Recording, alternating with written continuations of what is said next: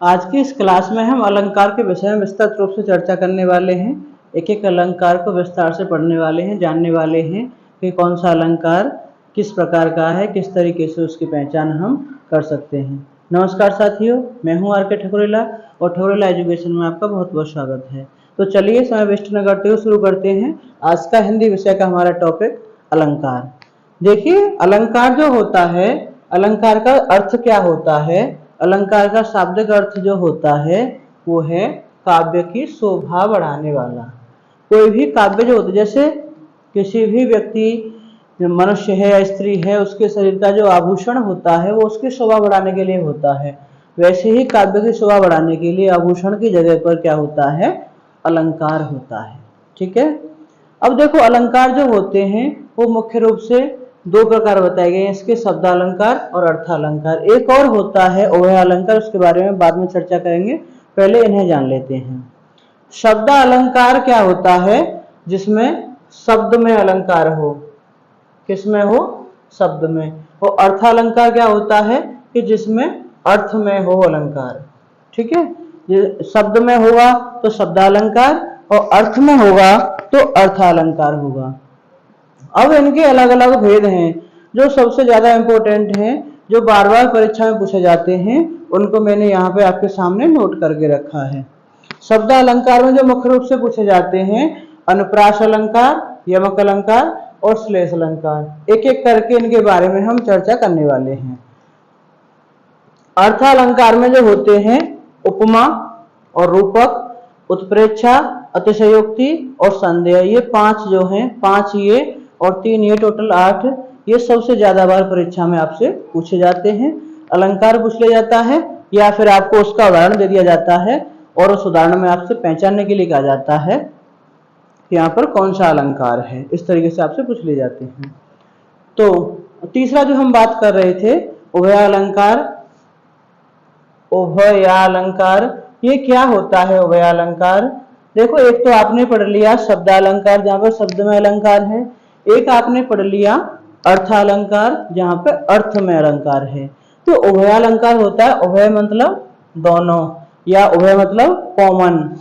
तो इन दोनों के जो गुण कॉमन जिसमें होते हैं वो होता है उभय अलंकार, यानी जिसमें शब्द में भी हो और अर्थ में भी हो, दोनों ही होते हैं, तो उसे क्या कहते हैं? उसे कहते हैं उभय अलंकार। ठीक है। एक एक करके चर्चा कर लेते हैं। सबसे पहले हम बात करेंगे अनुप्रास अलंकार की। अनुप्रास अलंकार क्या होता है? अनुप्रास अलंकार होता है कि जहां पर एक ही वर्ण की बार बार पुनरावृत्ति हो, कोई वर्ण बार बार रिपीट हो, वर्णों की पुनरावृत्ति हो, तो उसे हम क्या कहते हैं? अनुप्रास अलंकार कहते हैं। वर्णों की पुनरावृत्ति हो, वर्णों की पुनरावृत्ति होगी तो वहां पे हम क्या कहेंगे? उसे कहेंगे अनुप्रास अलंकार। एक बात और ध्यान देने वाली है कि यहाँ पर वर्णों की जो मात्राएं हैं वो अलग अलग भी हो सकती हैं और समान भी हो सकती हैं, वो कोई मायने नहीं रखती। लेकिन जो व्यंजन है वो सेम रहने वाला है, जो भी रिपीट हो रहा है बार बार, मात्राएं उसकी अलग अलग हो सकती हैं। जैसे इसका एग्जाम्पल ले लेते हैं। हमने लिखा तरन तनुजा, तरन तनुजा तट तमाल, तरन तनुजा तट तमाल, तरवर बहो छाए। अब देखो, यहाँ पे तो वर्ण यहाँ पे भी है, यहाँ पे भी है, यहाँ पे भी है, यहाँ यहाँ, इसमें 5 बार आ गया ये तरन तनुजा तट तमाल तरवर बहो छाए, 5 बार इसमें आ गया। तो हम ये वर्ण बार बार रिपीट हो रहा है, तो इसे हम क्या कहेंगे? यहाँ पे कौन सा अलंकार है ये? इसमें है भाई अनुप्रास अलंकार। इस तरीके से हम इसकी पहचान बड़ी ही आसानी के साथ कर सकते हैं। कठिन तो नहीं है ना? बिल्कुल नहीं। ध्यान रखना है, वर्ण की पुनरावृत्ति होगी तो क्या होगा? अनुप्रास अलंकार होगा। दूसरा है आपका यमक अलंकार। यमक अलंकार सबसे ज्यादा पूछा जाता है। यमक अलंकार में क्या है? देखो, यमक अलंकार में एक वर्ण 2 या 2 से अधिक बार रिपीट होता है और उसके अर्थ अलग अलग होते हैं। वर्ण तो रिपीट होगा लेकिन अर्थ होंगे उसके अलग अलग। तो इसका हम लिख सकते हैं कि वर्ण तो अनुप्रास में होता है, इसमें क्या होगा, कोई शब्द दो या अधिक बार आए और जो सबसे इंपॉर्टेंट बात है वो क्या है, उसका अर्थ अलग अलग निकले, उसका अर्थ अलग अलग हो, यानी जिस परिस्थिति में प्रयोग किया गया है अलग अलग उसका अर्थ निकले। शब्द एक ही है, रिपीट हो रहा है, लेकिन अर्थ उसका अलग अलग निकल रहा है। कैसे, देखो हम एक एग्जांपल ले लेते हैं। इसका जो सबसे प्रचलित एग्जांपल है इसका कौन सा है, कनक ते 100 गुनी, कनक ते 100 गुनी मादकता अधिकाय। ठीक है, आगे भी है, जा खाए बोराय नर बापाई बोराय, तो वो हमें जानना है, अलंकार इस पंक्ति में है, इसको जानना है। अब इसमें देखिए कनक शब्द 2 बार आ रहा है, आ रहा नहीं आ रहा, आ रहा है, कनक यहाँ पे भी आ रहा है और कनक यहाँ पे भी आ रहा है, लेकिन इसका अर्थ अलग अलग है। कैसे अलग है, कनक ते 100 गुनी मादकता अधिकाय, यानी कि कनक, एक कनक जो है उसका अर्थ है सोना, दूसरा कनक है उसका अर्थ है धतूरा। तो अब एक कनक का अर्थ है सोना, एक का अर्थ है धतूरा, इसका मतलब क्या होगा, यानी कि सोना जो होता है, सोना गोल्ड, सोना मतलब नींद वाला, स्लीप वाला सोना नहीं, गोल्ड वाले सोने की बात हो रही है यहाँ पर। सोना धतूरे से 100 गुना ज्यादा मादक होता है, यानी नशीला होता है। सोना धतूरे से 100 गुना ज्यादा नशीला होता है, ये पंक्ति हमें बता रही है। क्यों, क्योंकि धन पाने से हर एक आदमी पागल हो जाता है। आगे कहते हैं, जा खाए बोरा नर, धतूरे को तो खाने से पागल होते हैं, लेकिन सोने को तो पाने से ही पागल हो जाते हैं। हो जाते हैं कि नहीं हो जाते, हो जाते हैं। तो 2 बार शब्द रिपीट हुआ, कनक और कनक, इसका अर्थ अलग अलग निकल के आ रहा है। कौन सा अलंकार होगा, यमक अलंकार होगा। ठीक है, क्लियर हो जाता है। ओके, एक गाना भी तो है इस पर, उसमें भी तो यमक अलंकार होता है, सजना है मुझे सजना के लिए। तो दोनों ही सजना जो अर्थ आ रहे हैं वो शब्द तो एक ही है, लेकिन अर्थ अलग अलग हो रहे हैं। एक तो सजने के लिए अर्थ दे रहा है और एक उसके हस्बैंड के लिए अर्थ दे रहा है। ठीक है ना, चलिए अगला जो है तीसरा प्रकार इसका, वो है श्लेष अलंकार। श्लेष अलंकार क्या है कि उसमें एक ही शब्द बार बार आए, एक शब्द जो है 2 बार आता है यमक अलंकार में। श्लेष अलंकार में क्या होता है, एक शब्द एक ही बार आए और उसका अर्थ अलग अलग हो। एक शब्द कितनी बार आए, एक बार। देखो हम 2 चीजें पढ़ चुके हैं, एक अनुप्रास, अनुप्रास में हमने पढ़ा है कि उसमें वर्णों की पुनरावृत्ति होती है, और यमक में हमने पढ़ा है कि शब्दों की पुनरावृत्ति होती है, लेकिन अर्थ अलग अलग होते हैं। तीसरा श्लेष के शब्द तो एक ही बार आ रहा है, लेकिन उसके अर्थ कई निकल रहे हैं। जैसे रहमन पानी राखिए बिन पानी सब सून, पानी गए न उबरे मोती मानुष चून। तो यहाँ पे ये जो पानी शब्द है इस पंक्ति में एक ही बार आ रहा है, लेकिन ये तीनों के मोती के लिए, मानुष के लिए और चून के लिए अलग अलग अर्थ देता है।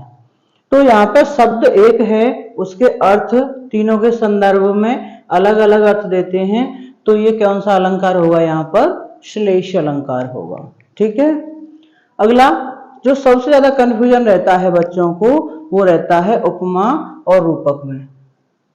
मैं आपकी ये सारी कंफ्यूजन आज दूर करने वाला हूं।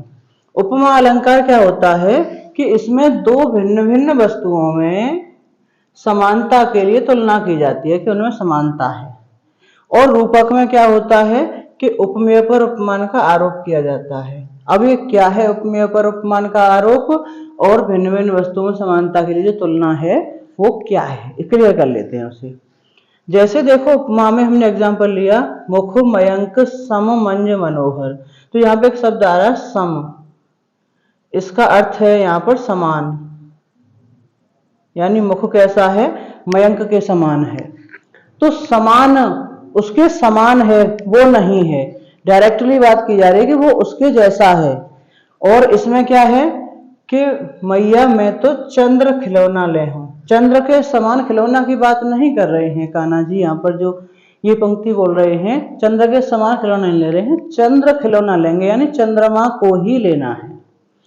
दूसरा चरण कमल बंदो हर राई, तो चरण कमल, यहाँ पे कमल के समान चरण नहीं कह रहे हैं, चरण कमल कह रहे हैं। देखो दो बातें हैं, एक तो मेरा बेटा शेर के समान है, बेटा कैसा है, शेर के समान, तो यहाँ पे हो जाएगा आपका उपमा कि उसे शेर की उपमा दी जा रही है कि कैसा है वो, कि वो शेर के समान है। और दूसरा हम ये कह दें कि मेरा शेर बेटा है, शेर बेटा, तो यहाँ पे बेटे को ही शेर बोला जा रहा है डायरेक्टली। तो ये अंतर होता है उपमा में और रूपक में। आई थिंक आपकी समझ में आ गया होगा। इसमें तो उसके समान माना जाता है, किसी से तुलना की जाती है उसके गुणों के आधार पर उसके समान माना जाता है, लेकिन रूपक में उसे डायरेक्ट वही मान लिया जाता है। जैसे चंद्र खिलौना, तो चंद्र के समान खिलौना नहीं ले रहे हैं, वो चंद्रमा को ही लेंगे, उसी से खेलेंगे, वो उनके लिए वो खिलौना है, ठीक है ना। तो समझ में आ गया आपको, उसके समान हो, उससे तुलना की जाए कि उसके समान है या उसके जैसा है तो उपमा होगा, और डायरेक्टली वही मान लिया जाए उसे तो क्या होगा, रूपक होगा। अगला अलंकार है उत्प्रेक्षा अलंकार, कि जब उपमेय में उपमान की संभावना व्यक्त की जाए।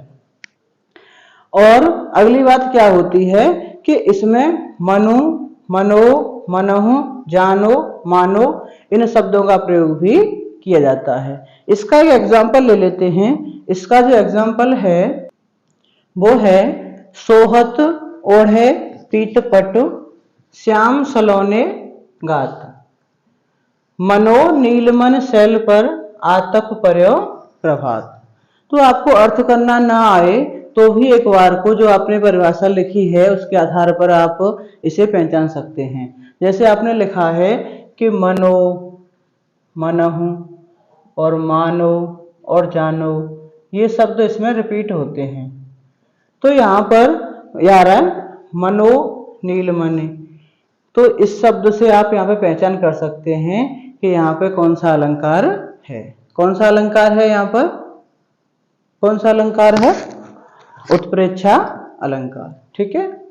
अगला है अतिशयोक्ति अलंकार। अतिशयोक्ति जैसा कि इसके नाम से विदित हो रहा है, अतिशय, अतिशय और उक्ति।